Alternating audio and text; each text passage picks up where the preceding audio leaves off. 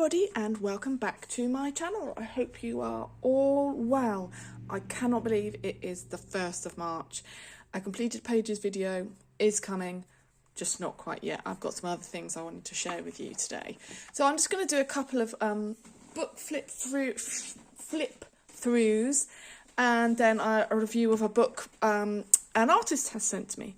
So first of all, I got this amazing new book by Lynn, Fierce and Fantasy Faces, and I got the pocket version.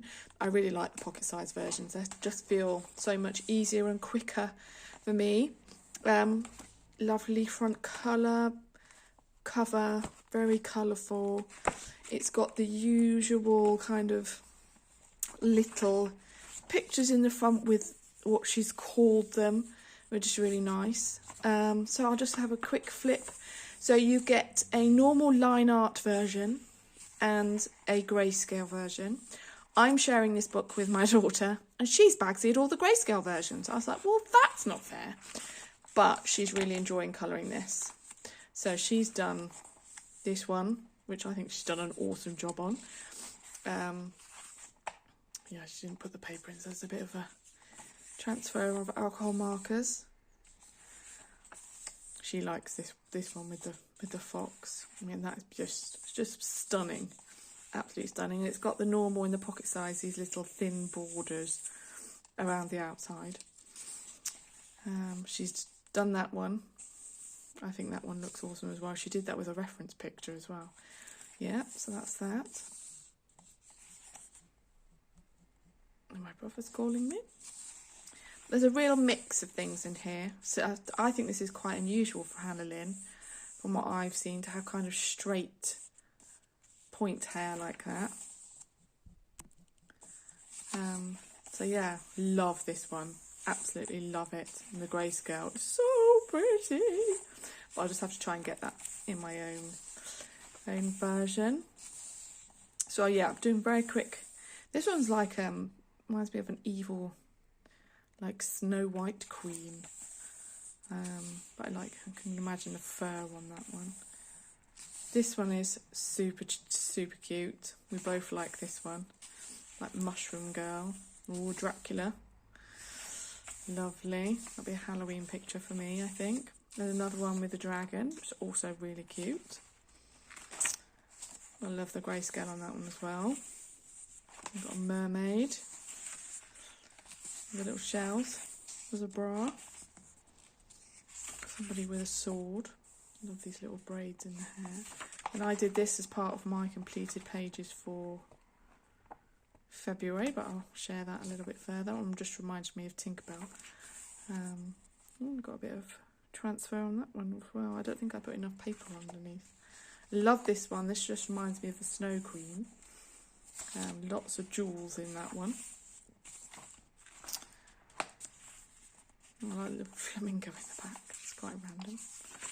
This was the one I was drawn to first of all, but because it was lots of fairy hashtags in February, I went with the fairy first. I love this with all the books. Very, very cute. This one reminds me of Snow White because that's like the poison apple. So yeah, really lovely. I love this one in the teacup. Love that. So cute.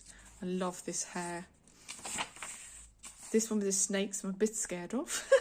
Like Medusa. Again, I love this one in the bath as well. You can imagine all the bubbles being sparkly. So really, really beautiful images.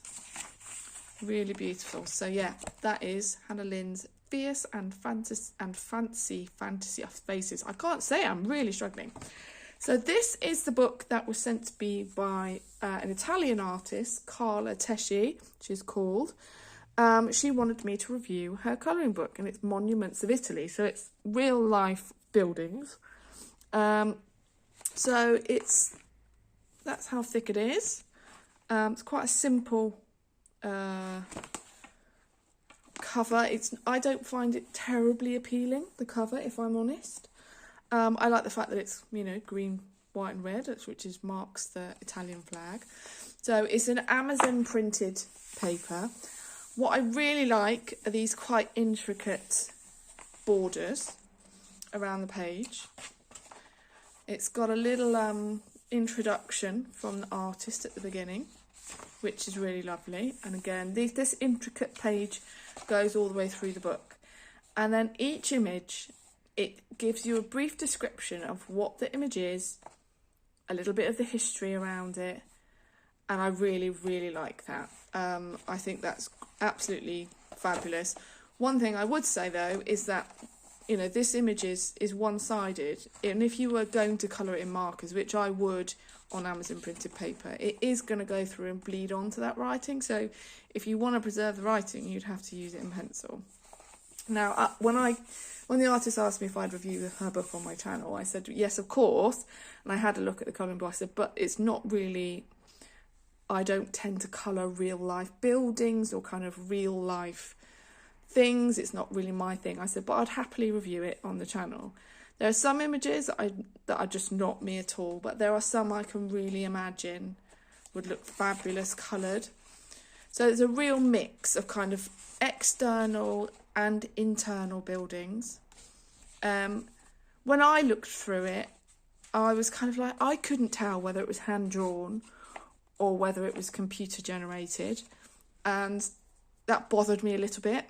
And so I went back and asked her, because for instance the brickwork on this looks too straight and too symmetrical for it to possibly have been hand drawn, you know, and you know, a real kind of snapshot of what the building looked like, and that bothered me personally.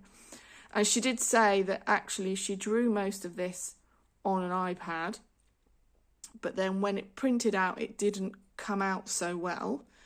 And a lot of the detail apparently was taken away. And she's had a huge learning curve as a result of doing the first book. And I think I can see that, if I'm honest. So yes, there are some things, like this looks much more kind of, what I would say someone's gone and sat and they've actually, you know, drawn the building, because it doesn't look quite so symmetrical. So yeah, I mean, I like all the kind of, I mean, it's very detailed. I'm not a big fan of that. You'd have to use like fine liners. I like this image. Again, the brickwork looks much more natural. I'm not so bothered about having these clouds in the sky. Personally, I would prefer the sky just to be left blank, and then the colourist has the kind of the creativity to either say, right, it's going to be a night sky, or I'm going to put my own clouds in here, or whatever. So for me, that's not necessary. And I think, I mean, I really liked this because I could really imagine like Italian buildings and all the colours that come along, you know, with Italy. Again, the clouds I wouldn't worry about so much with. Particularly if it's a book about monuments, I would concentrate on getting the monuments correct. You know, indicate the landscape, but let the colourist use their imagination a little bit. I really like, you know, this one's really lovely. You know, you can see a lot of the details gone from here. And for me, I think, and what I've seen some of the Japanese books do, is they have reference pictures of what the buildings actually look like in colour. And I know that would add to the cost of printing the book and publishing the book. But for me, if I was interested in colouring kind of real life monuments, to have a reference picture in colour, I would really like. So maybe that would be, for me, something to consider adding in. Also, one thing I know with Kirby Roseanne's, so to get away from having this description next to each picture, which would then help with the one-sided and the marker thing I mentioned earlier, would perhaps be putting, you know, with Kirby Roseanne's Fragile World, they put all the descriptions of the animals at the end of the book and a page number, so you can turn and find that out at the end. So that may be something to consider in order to give the colourists the opportunity to use markers without then it bleeding through and not being able to read that writing in the future. So they're kind of my thoughts. I do really like some of the, you know, some of the images. You know, this I can imagine, you know, with all the greenery, the sky being different colours. You know, Leaning Tower of Pisa looks fabulous, but again, the sky doesn't need the cloud. Leave that up to the colourist, in my opinion.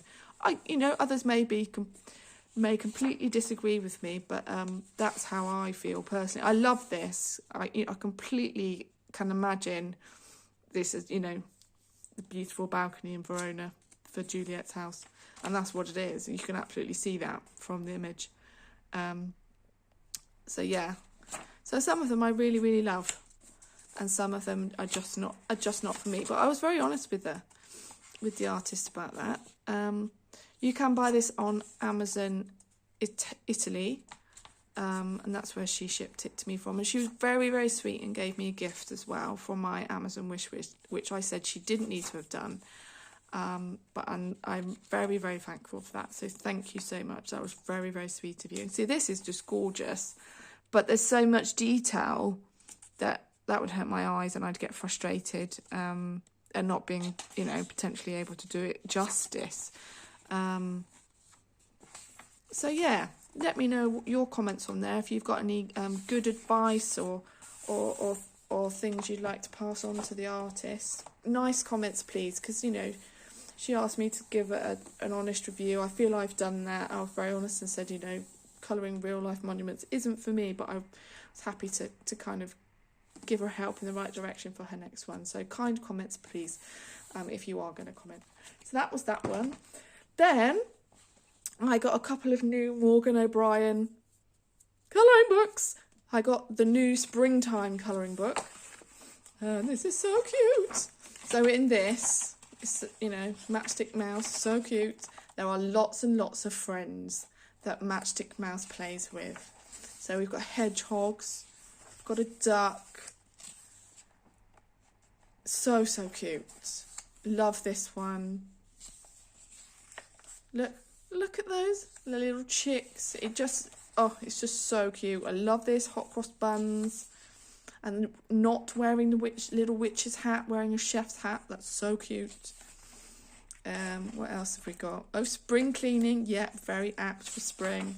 Love this guinea pig. I don't know if it's a guinea pig or chipmunk or any other kind of furry animal. Love the frog. I can imagine being coloured. I think this is a dog. But look, he's so cute, just snuggling in there. I've got a mosquito buzzing around me. Handstands, so cute. The rabbits and bunnies, lovely. Think off to do some gardening there. Lovely, beautiful night scene. Look at the little sheep. I think it's a sheep, could be a calf, don't know. I think it's more like a calf. But I just adore it. Absolutely adore it. Love this Easter bonnet. That's just so super cute. It's unbelievable. So yeah, I'm just loving this one. I haven't got the summer one yet. I'm gonna get that one. Look, it's Easter egg hunt. I'm gonna get that a little bit nearer. But this one's definitely got more friends in it.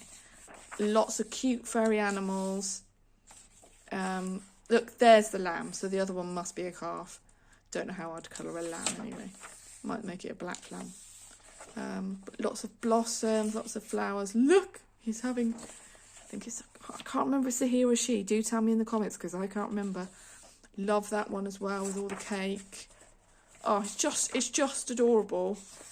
And they're so quick and so fun to colour. I love that. That's so cute. Oh, it's just a great job, Morgan O'Brien. Love this spring one. And then I've also bought the Floral colouring book as well. And again, beautiful work. Love the dandelions. This is one of my favourite images. Hang on. Love the hula skirt. This is one of my favourite images in the bath. My daughter's coloured this one as the first one in her book of this. So I'm going to have to get my reference pictures out and look at the flowers and work out what they are and what I'm going to colour them in. Love this as well with the teapot. Beautiful, beautiful. Again, we've got a little bit more friends in here, but this one's is much more flower. Love the little bat taking flowers, probably for Mother's Day, I would say. We've got Mummy Matchstick Mouse in there. I think they're pansies. Don't know. I'll make it up as I go along. But you'll see as we go, as I complete these beautiful pages. I'm very, very taken with Matchstick Mouse. I think this is adorable. This is, for me, is bluebells every step of the way. So yeah, beautiful, beautiful. I'll just continue to the end of the book so you can see all of the fabulous images. Love this one. I've seen this one coloured in. Tulips, love tulips. Yeah, they just make me very, very happy, these images. Snowdrops, love that. Daisies, beautiful. This is one I coloured in February. Didn't quite go according to plan, so I chucked a bit glitter on, made me feel better. But yeah, I don't like the brown and why the yellow and the blue went. But you know what it is. It's a cake. He's decorating the cake. So yeah, I'm going to have a lot of fun colouring these new fabulous images of Morgan O'Brien's. Thank you, Morgan O'Brien, for creating such delightful colouring books. So that is 4 books that I've got. I did buy another one, and that was Angela Gonzalez, The Magical Colours of Fairies. If you like a flip of that, I can do one, but there are plenty of others on YouTube. So that's it. I have a supplies haul coming for you, and of course my completed pages for February. So stay tuned. I look forward to seeing you again soon. Lots of love. Bye.